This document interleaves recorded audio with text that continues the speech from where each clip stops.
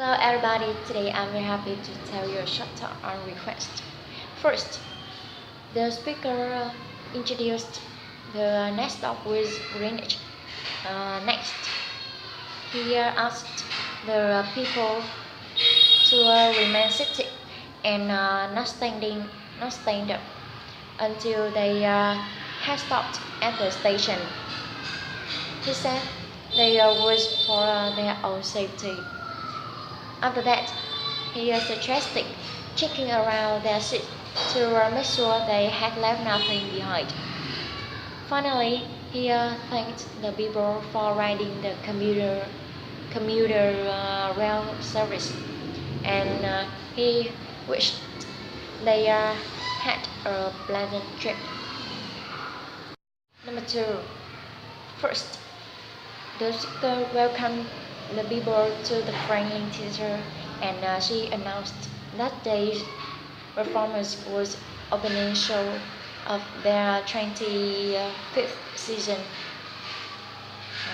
Next, he asked the people to turn off the cell phone, pagers, and recording device before the show began, to courtesy to people around them. Next, he said use of camera was not permitted while the actors were on stage,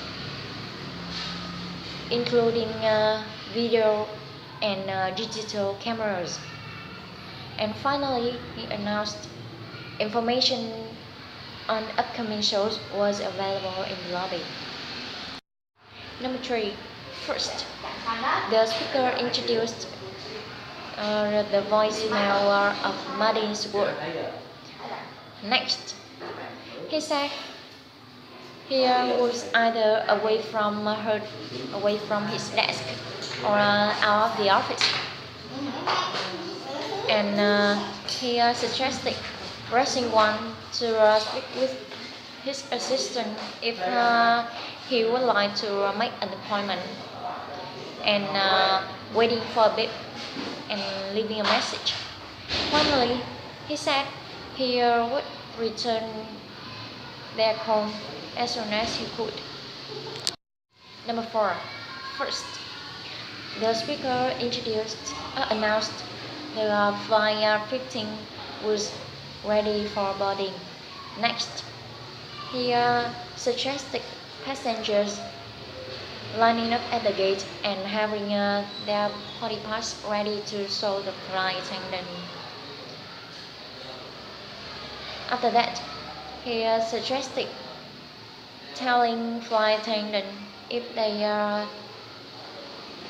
were traveling with small children or needed special assistance boarding the plane, and if their carry-on bags were too large, they might be asked to check them.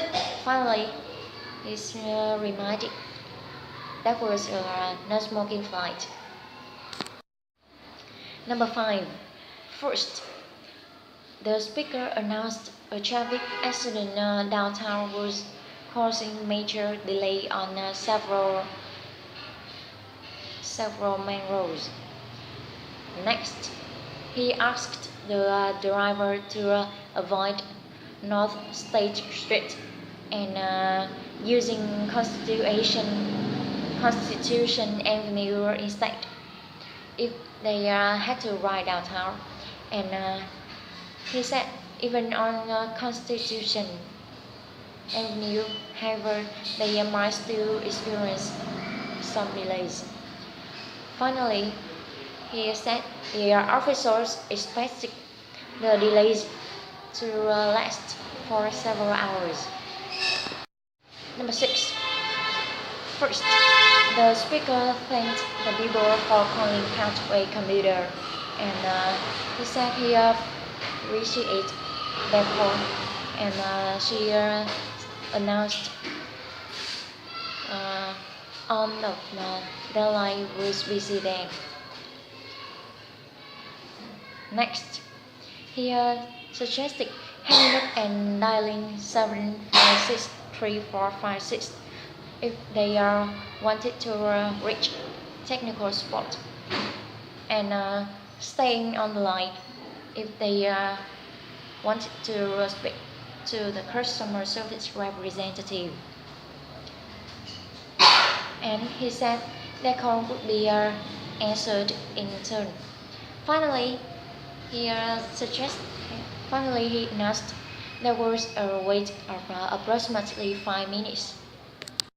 Number 7. First, the speaker announced Springfield had been struck by hurricane the week before, and that led millions of dollars of property damaged in its wake.